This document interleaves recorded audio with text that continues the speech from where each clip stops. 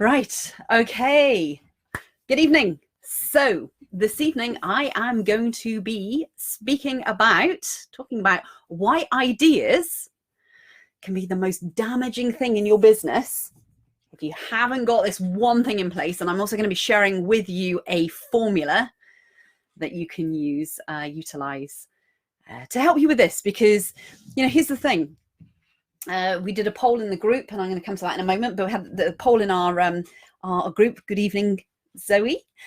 Poll in our group earlier, and the question was, how easy do ideas come to you in your business? Let us know below. And I'm going to be talking through the results of that. But this evening, this is very much a case of why ideas, when they are not channeled properly, can really kind of send you into a bit of a tailspin.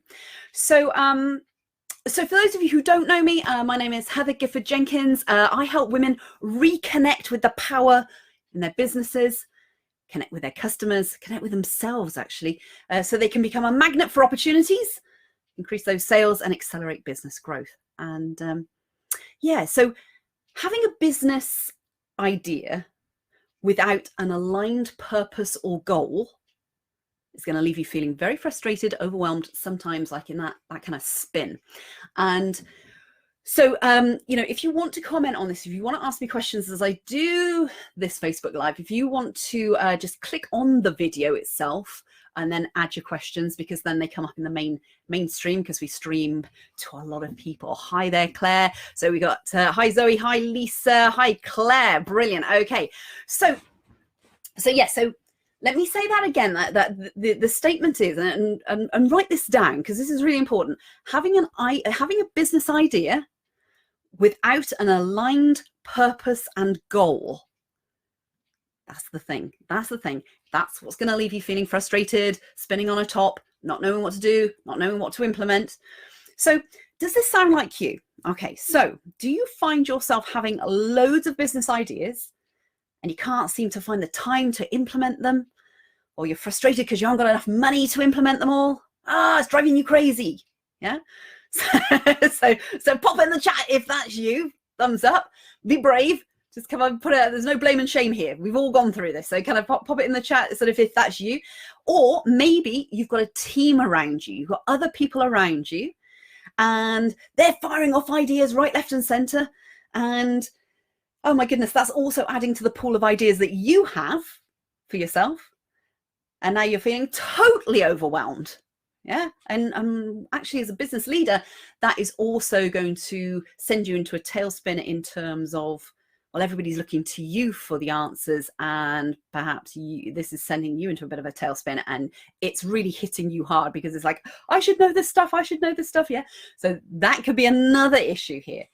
There's another one here, which is, have you got so many ideas, flashes of inspiration, but they're nothing? You do nothing with them. You've probably got piles and piles of books with them all written down. This is me, actually. Piles of books, just writing it all down. But I could do that. And a lot of the time it comes from, like, when I'm doing meditation or something, I'll snap out of meditation and be like, pen, paper, let me write that down. So there are lots of, in business, you're going to have lots of ideas anyway. If you're a creative woman, oh my goodness. Well, let's just open the floodgates, because creative women, we are constantly having new ideas. I could do this, I could do that. Add into the pot the fact that if you're an entrepreneur, if you've got the entrepreneurial mindset going, you're going to have the shiny thing syndrome as well. So you're going to have ideas, and it's going to be this and that. Why do you think over 25 years I've owned so many businesses and done so many things? It's because I'm just an ideas generator. I love creative ideas. And so for me, I was like, yes, I could do this business, and then I'll do this business, and which is great. But it can lead to burnout if you're not careful. So let's have a look, see if we've got any. Claire says, yes, she's resonating with this. So the thing is, all of those things I've just described are very much a symptom of a bigger problem. And the bigger problem here is what's called end goal strategy, or lack of. Right? End goal strategy or lack of. It's the lack of which is probably causing all of those symptoms of feeling overwhelmed and frustrated and I can't do all this stuff, I haven't got the money to do it, and etc., etc. Because when you have clarity over what you're actually doing and matching your products and services with your ideal customers, you can then map out exactly how you're going to reach them, because knowing your customers and where they are and what their preferences are, that's going to give you a lot of clues. So rather than having no idea whatsoever and just having products and services and kind of guessing wildly at your customers, at least if you have that foundation stone, that foundation block in place, it gives you more clarity. And obviously every product and service will have a customer linked to it, a type of customer. And you might have one customer and have like 15 different products that one customer is linked to, but you've got to know what that link, what that kind of ethereal thread is between your products and services and who your ideal customers are. So how do we do this? How do we find the activities and know what's a great idea and what isn't a good, what's a great one and what isn't a good one? Well, here's the rub. You have to work backwards. And this is counterintuitive because we all kind of like rush off, way, I want the marketing activities and we need to do this and that idea and implement this and da-da. And actually, it's just about putting the brakes on. So when you have an idea, the first thing is write it down so it doesn't get lost in the ether. Second thing is work backwards with a strategy and really knowing what your end goal is. That is the number one starting point. And I'm going to talk you through a formula you can use that is going to bring you hopefully more clarity and help you sort out some of these ideas that are going on right now. So what we do is we start with a simple equation, and that simple equation starts with how much money do you actually want to make and how many products, services, or customers do you need to make that amount of money. Now, for some of you, oh my goodness, that's going to open such a can of worms for you. I don't know, Heather, how much money I want to make. I just want to make enough. I want more. It's like, okay, so this is data, not drama when it comes to this part. And the reason why we're talking through this formula is this is really going to help you get clarity on ideas and how to monetize those ideas. Because this is the thing, an idea is just an idea unless it can be kind of monetized in business. All right. It's just, I was talking to my 17-year-old son, Matthew, and he's just doing, as part of his college course at the moment, he's doing like a business module, and they had to come up with a business idea to do with sports. He's doing a sports course, sports diploma. So, and the first idea he came up with, Matthew was never, ever, he's my son, he's never ever struggled for ideas. And the first one he came up with was, oh my God, this is brilliant. And think of this. And then when he started talking it through, other people were like, okay, but have you thought of this? And he was like, okay, yeah, maybe that's not. Oh, and so there's a starting point for all ideas. Ideas alone, unless they can be monetized, unless they have a purpose and a goal, they're just another idea. Okay, hate to break it to you. So we start with how much money do you want to make and how many customers does that equate to in terms of how many products or services do you need to sell to get that end income. And you can then kind of have an end goal for a year, and you can kind of chunk that down maybe into quarters. 90 days is a really good way of actually going, right, these are my targets for 90 days. That's what I'm setting. And then the next 90 days. And by the way, folks, you may not hit those targets for the first quarter, for the second quarter, but you must hold true to those targets, because bit by bit, if you truly believe that you can do this, that's when they'll start to click into place. All right. So the first starting point is that, right? Then this is the formula for the ideas bit. So for every idea you have, you've got to ask yourself a few questions. So the first question is, does this idea really move me towards or away from my goal? So we remember the goal is I want to get that many customers, or I want to sell that many products, and this is the amount of money I'm going to make. So the first question is the idea that you have, is that going to move you towards that goal? And you can chunk down your goals. So you can have that big kind of global goal of this is how much I want to make in the year, and then this is how much I want to make in this quarter. You can actually chunk it down to this is how much I want to make in a week. This is how many products or services I need to sell in that week. And so when you have an idea, it's writing it down, but then the first question is it going to move me towards this goal of getting these customers or not. Because some ideas are great, but they're not going to move you towards that goal. And I'm going to explain why. So the second question is, how much money or time am I going to have to take to implement this idea? So how much money or time do I need to implement this idea? And then this is a crucial question. And I'll recap on these, by the way. If you're scribbling these all down, I'm gonna recap on this. The crucial question is this is this an income generating idea and activity? Because that one's a biggie. Because there is so many things in marketing that you can do for your business, hundreds and hundreds of different marketing activities. Literally, you could spend like the next 5 years just literally implementing one idea at a time, right?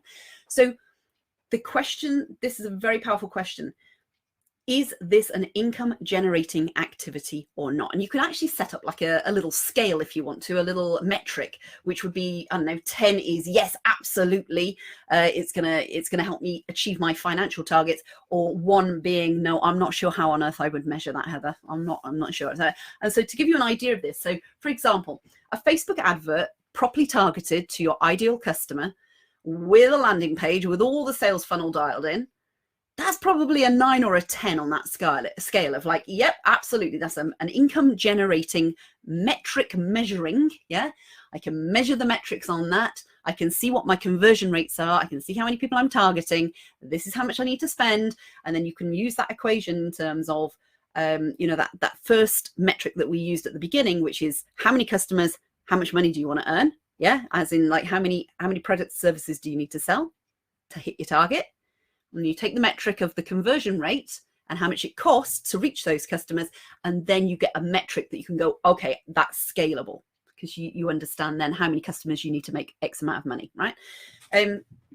So for instance, as I said, a proper Facebook, a Facebook funnel or an advertising funnel, whatever, that will net you customers, and you'll get a conversion rate for that. That's probably 9 or 10. A 2, or 1 or 2 on the scale would probably be, I'm just going to post something on my Facebook page. Because we all know that the algorithms changed quite a few years back now, and it means you only reach what, I don't know, between 1 and 3%, I think it is, in terms of people that have liked your page. So very ineffective way of selling, because it's not selling. So when you have all that information, you can then test and measure this stuff. And the most important thing is to only do one idea at a time, implement one thing at a time, and then test and measure it. Because if you fire off doing loads of different activities, you have no idea then what's going on. It's just impossible. You're going to get even more kind of overwhelmed, because for every idea, you need to test and measure it to see if it's an income producing idea. Now, there's also something else in brackets here, because this is not an easy thing. This is not, ideas, but whether they actually can be implemented and make you money is another thing altogether. So there's another thing to remember, that there's a short, medium and long-term strategy in business to do with marketing activities. PR strategy, for example, is long-term. It's a marathon, not a sprint. You don't send out stuff to the media or stuff to social media and believe that you're going to make sales instantly and a huge rate. Sometimes it does hit and you will get a result very, very fast. There are no guarantees on that though. All right. And they are few and far between when that happens. Yeah. So that kind of strategy is maybe if we looked on that sort of metric scale of 10 being, yeah, that's an income generating activity, and kind of 1, 2 being, that would all be down that end of the scale. Does that mean you should not implement those ideas? No, I'm not saying that at all. I'm just saying that if you want to make money from your business, if you want to increase your sales, you should be looking at the top end in terms of what is the 8 to 10 category of ideas. They are the income generating ideas that you can have for your business. So I'm going to stop there for a moment. And has anybody got any questions? You're probably all spinning on the top now going, what was she saying about that equation? And what do I multiply by that? And so if you've got any questions, pop them in the feed. I was going to get Kath. I think the wonderful Kath is kind of looking at all the feeds tonight to see if there are any questions coming in. But if you've got any questions, I mean, for you, I mean, the poll that we did was, the question we asked in the group was, how easy do ideas come to you and your business? This is the Women in Business Aligned for Success group, by the way.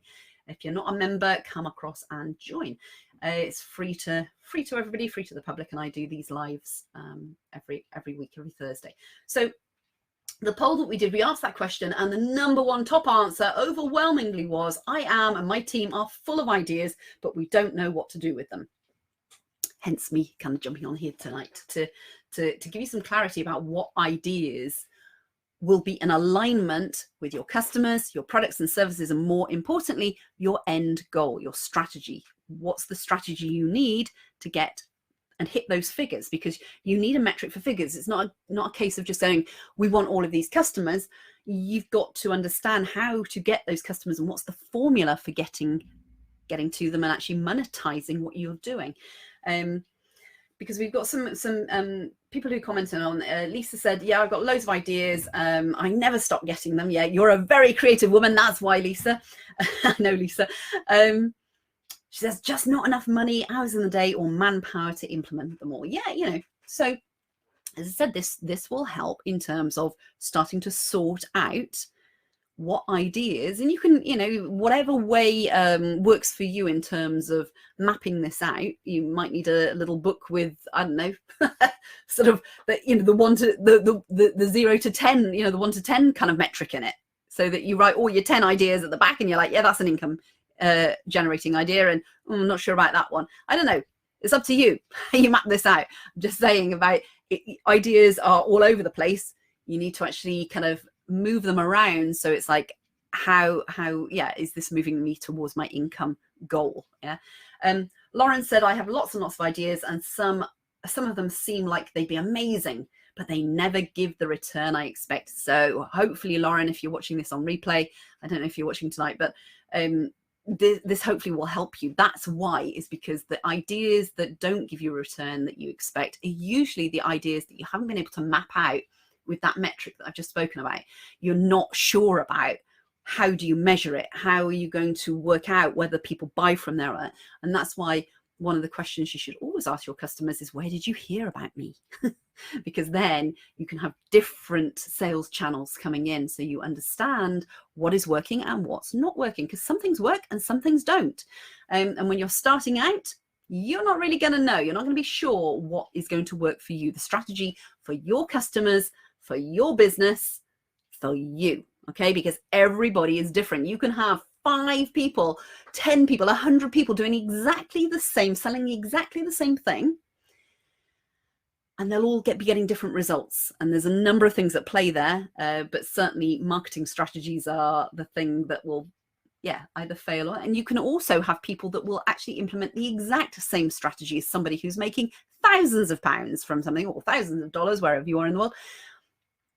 And you can try and implement exactly the same strategy as them, and you will get 0 results. And that's where the good old mindset comes in. So that's because that's been tested time and time again. It's like, why on earth would all of these people following the exact same structure, exact same process, get all different results? And the only thing that is the variable in this is them. So, okay. Claire says, I get lots of ideas and not enough money to action them. Also, phases of confidence. Yeah, I didn't understand that bit, Claire, actually. Also, phases of confidence to action the ideas.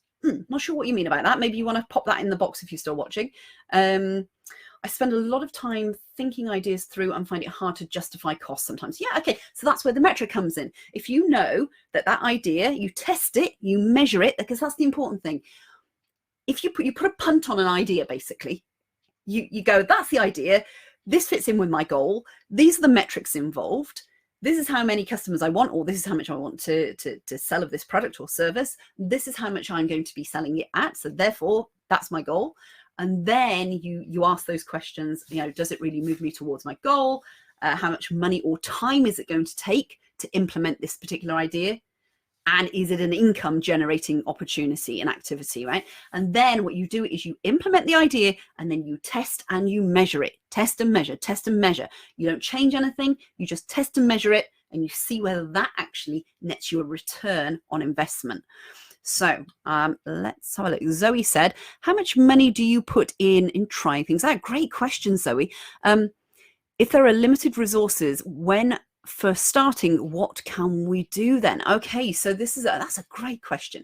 So how much money do you put in trying things? Well, it depends on how much money you believe you're going to get out of them. And that sometimes is really, really challenging if you haven't got any social proof, or you haven't got like a roadmap of how to do it. Let me think about that one. How would you do that? So let's think. There are industry standards in most things. So if, for instance, you were looking at Facebook advertising for products, just go onto Google and type in industry standards for return on investment for advertising on Facebook and have a look, because that will give you an idea of what the return on investment would be.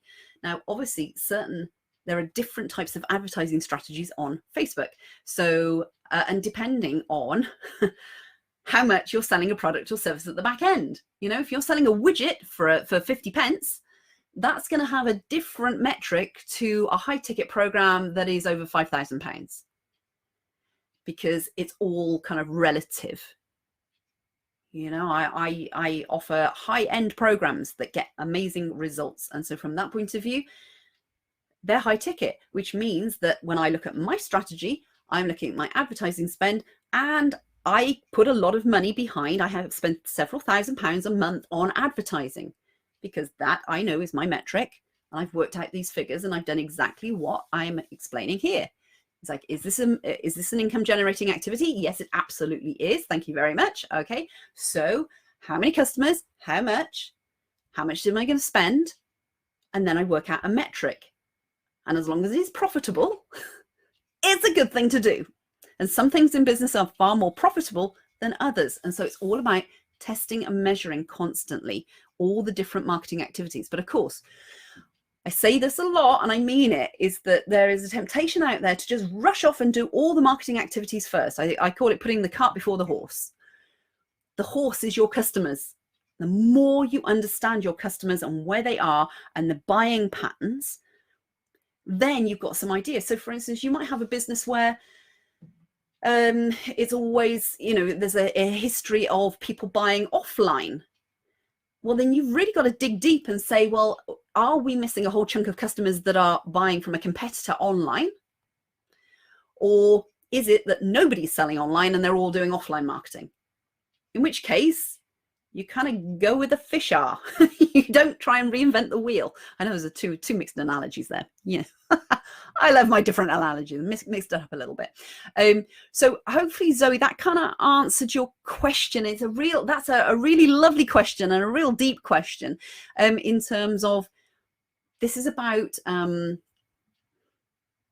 calculated risk, Zoe. Business is all about calculated risks. It's about sort of saying, okay, I'm going to take a punt on this. But, as I say in my webinar, if you don't know who your customers are in the first place, it's like putting all your bet on black and all your customers are on red. And that's a very, very costly gamble. So don't do that. Claire said, this is great advice. Thank you, Claire. I think I meant having the confidence to action my ideas. Yeah, well, Claire, so thank you for clarifying. So from that point of view, it's about understanding that if you work to these metrics, and I'm going to go through that formula again so you can all kind of map it out, the formula to use in terms of turning ideas and monetizing them. But if you have that strategy to do with an idea, as long as you take the punt, but you don't put everything on. I mean, it is a little bit like gambling, folks. It is a little bit like gambling. You've got to have nerves of steel, and it's a muscle that you have to build. And sometimes you get burnt because you make the mistake, just like gamblers do, of putting all the money on black, and actually you should have put it on red. Yeah.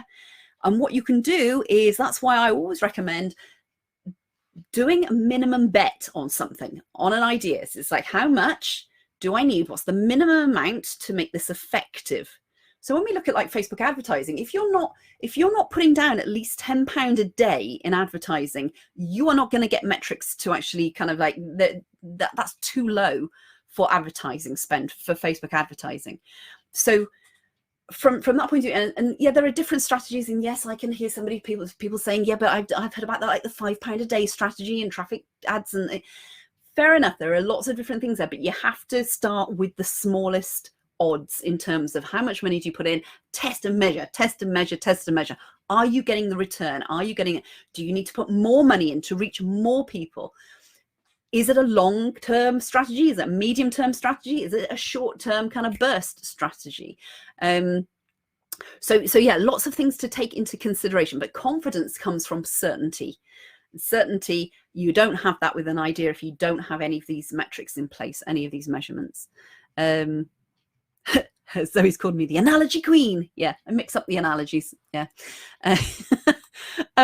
So hopefully, Claire, that's answered your question if you want to put that in the box. So I'm just going to run through that very quickly again, because this is a formula that you can use to monetize ideas, or at the very least, put these ideas into some kind of format so that you're not just kind of shooting the breeze with them and getting completely overwhelmed with them. So let's start again. So you need to start with the end in mind.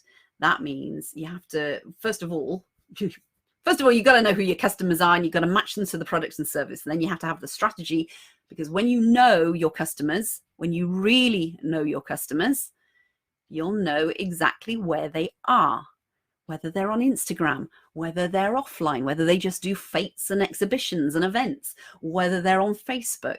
Now, the great thing about Facebook is it is the best targeting tool in the world at the moment. It outstrips Google completely because of the way that you can actually put yourself right in front of your target audience. So the more you understand your target audience, the more targeted this is, and the greater return on investment, perhaps, because you're able to actually reach those people exactly.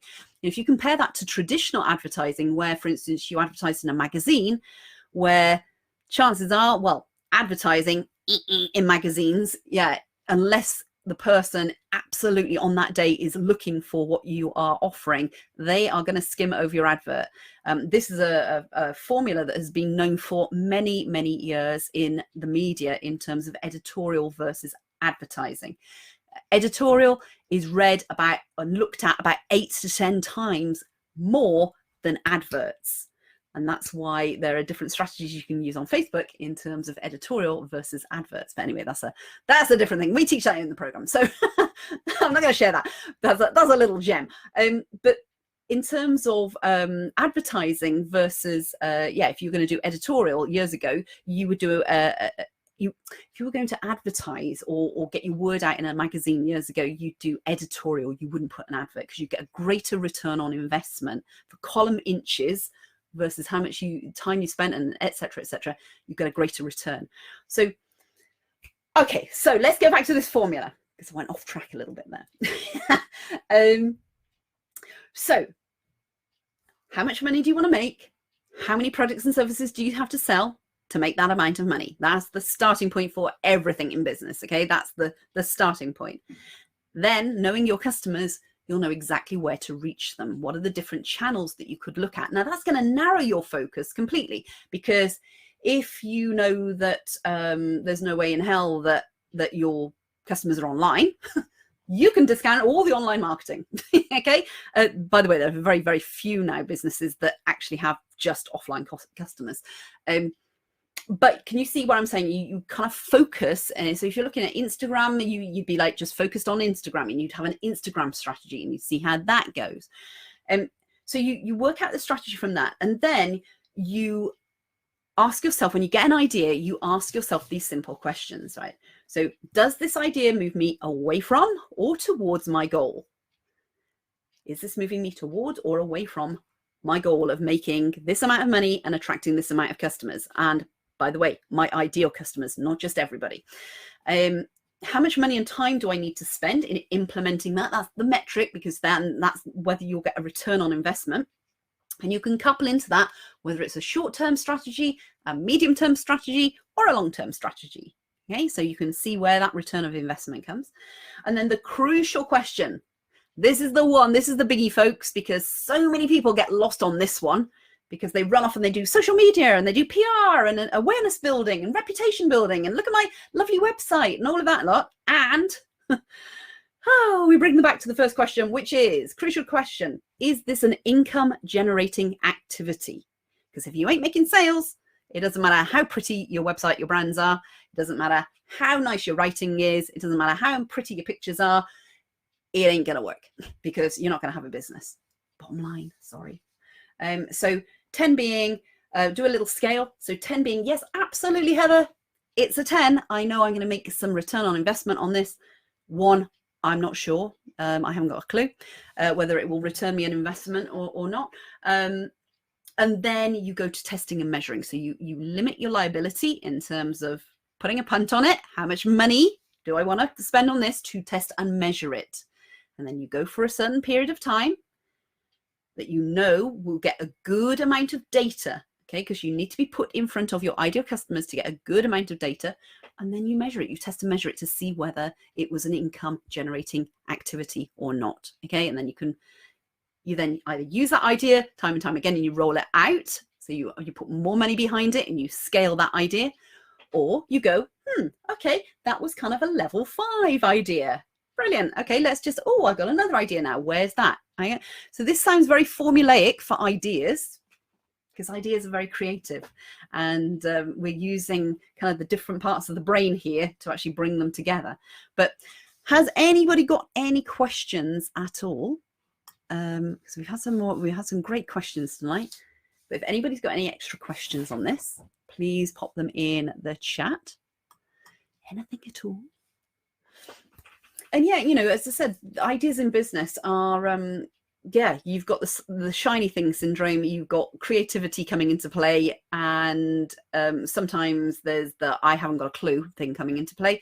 And that's the most dangerous one, because you don't know your customers, you don't know where they are, you don't know how to speak to them effectively. If you can't connect with them, because it's not just about the factual stuff of knowing your customers, it's about really tapping into the emotions.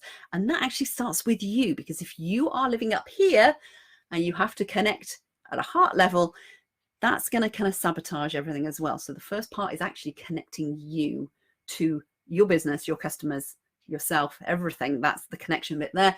And then there's an empathy that comes out in terms of connection and communicating with your ideal customers. So Claire said, have you got experience of Pinterest sales funnels?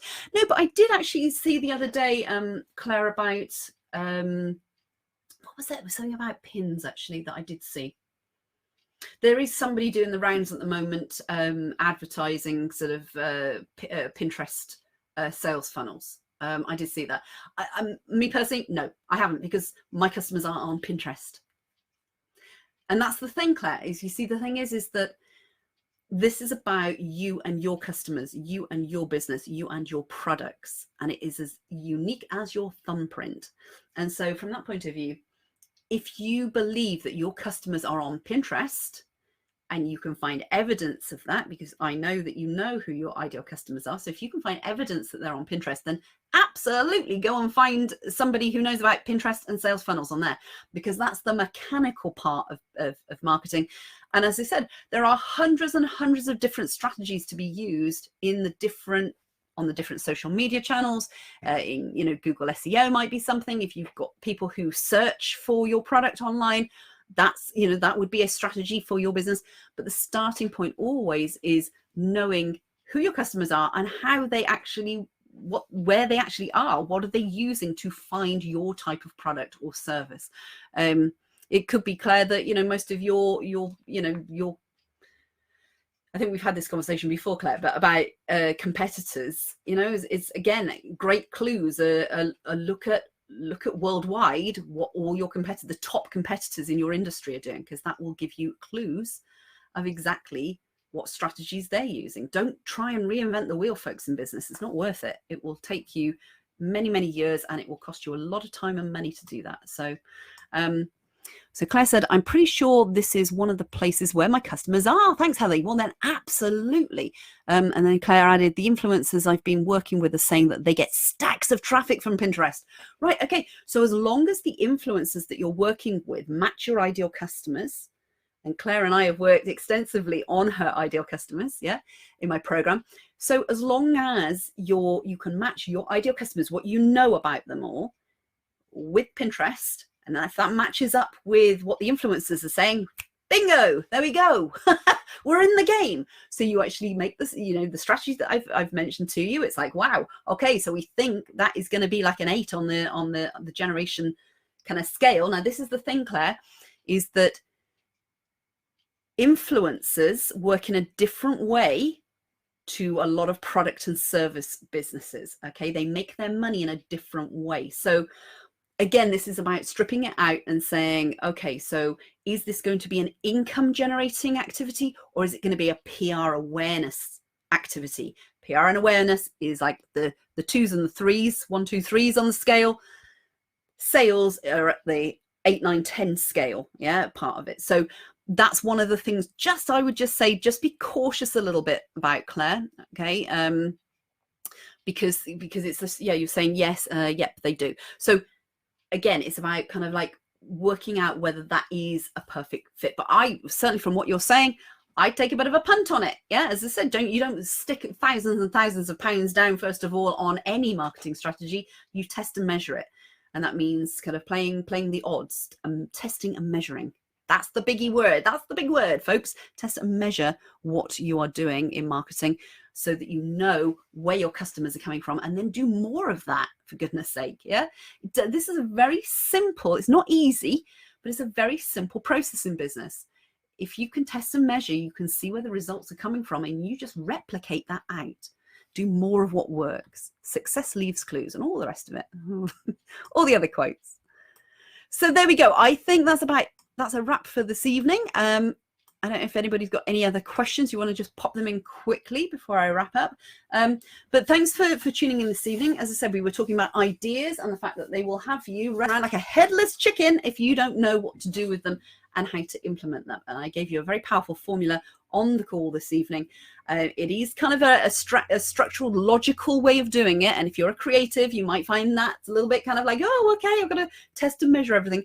But that is what marketing is all about. It is about the creative side, which is the ideas, and marrying that with some kind of structure and boundaries so that you don't fly off in all different directions. Okay, because that's the I think that was the issue that has come up mostly when we did the poll in the group. That was the situation that came up. People were finding they're having loads of ideas and then not being able to implement them. So if you've enjoyed this evening, sort of if you want to kind of like pop extra questions in the box, I will get to them. Claire's saying, yes, I'll be cautious. Need to check out Pinterest, shopping, etc.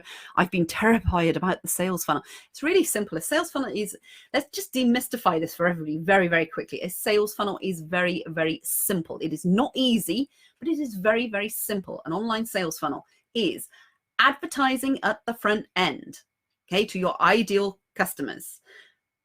But it's not just targeting and advertising, because it's the words and the emotions you put behind it. Because if you've got an advert just on its own, as I explained earlier in this conversation, unless you marry that up with the emotion of editorial, you're only going to get a very small return on investment for what you're doing. Okay, and that's the principles of advertising and editorial that have worked for, as I said, many, many, many years. Okay, but yeah, sorry, the first part of a sales funnel is the advertising. Second part is the engagement bit. Is how you're going to engage your audience about what you're doing. One customer, one message, one product. That's how a sales funnel works. Then you actually funnel them through. So the people that don't buy, you capture them via different methods. And then the back end of it is an email system. So you're constantly front of mind for somebody. Three parts to a funnel. 4 parts if you add a landing page, sales page in. All right. But very, very simple, but not easy, because every sales funnel is tailored and should be tailored to your products, your services, and your customers. Coming back to the big C in terms of customers again, okay? And not the nasty C, nasty big C. I think Pinterest version may help me. Yeah, absolutely, Claire. I would, from what you're telling me, I would absolutely check out Pinterest. I think that's a really good fit from what you're saying. And if the influencers are also saying, yeah, go for it. Absolutely. You've got the strategies and the skills to be able to monetize that in terms of communication and connecting with your ideal customers. So the platform is the structural things. The marketing activities out there, they're all logical structures. They are literally everywhere. There are hundreds and hundreds of them to choose from. That's not the issue, folks. You will run yourself into the ground if you don't actually understand who your customers are in the first place and why on earth they want to buy. And I'll say it again, but they are not buying what you think they are buying. All right. And so if you're just purely selling 2D products in terms of static images and photographs, that's out with the arc. You're not actually going to make much money online nowadays doing that strategy. You'll go out of business quite fast. So please don't think that that is the be all and end all for it. So there we go. I am going to wrap it up this evening. If you have a business, if you have more ideas than you don't know what to do with, and you don't have any strategy, and the biggest problem is you feel disconnected from your business, from your customers, from yourself, it's driving you slightly bonkers, then reach out. Me and my team have certain availability in our calendars to talk to business owners who are serious about up-leveling their businesses, taking them to the next level in terms of their personal growth and their business growth as well, because business is never in isolation. It affects our health, our relationships, our money, our finances, us. It starts with us. So if you want to reach out, book a call, you can go to heathergifford.com/apply. That's heathergifford.com/apply, and just pick a time on the calendar, a date, and and then myself or one of my team members will jump on a call with you, and we'll see what's really going on in your business and where are the missing disconnects in it. Yeah, where there's the disconnections in the flow in terms of your marketing, your mindset, your messaging to customers. Anyway, that's all for this evening, folks. Have an amazing weekend, whatever you are up to, and I will be back next week. In the meantime, as I said, if you want to ask any questions underneath the thread, I'll go back in and I'll answer them the best I can. Until then, take care, and I will speak to you soon. Bye-bye.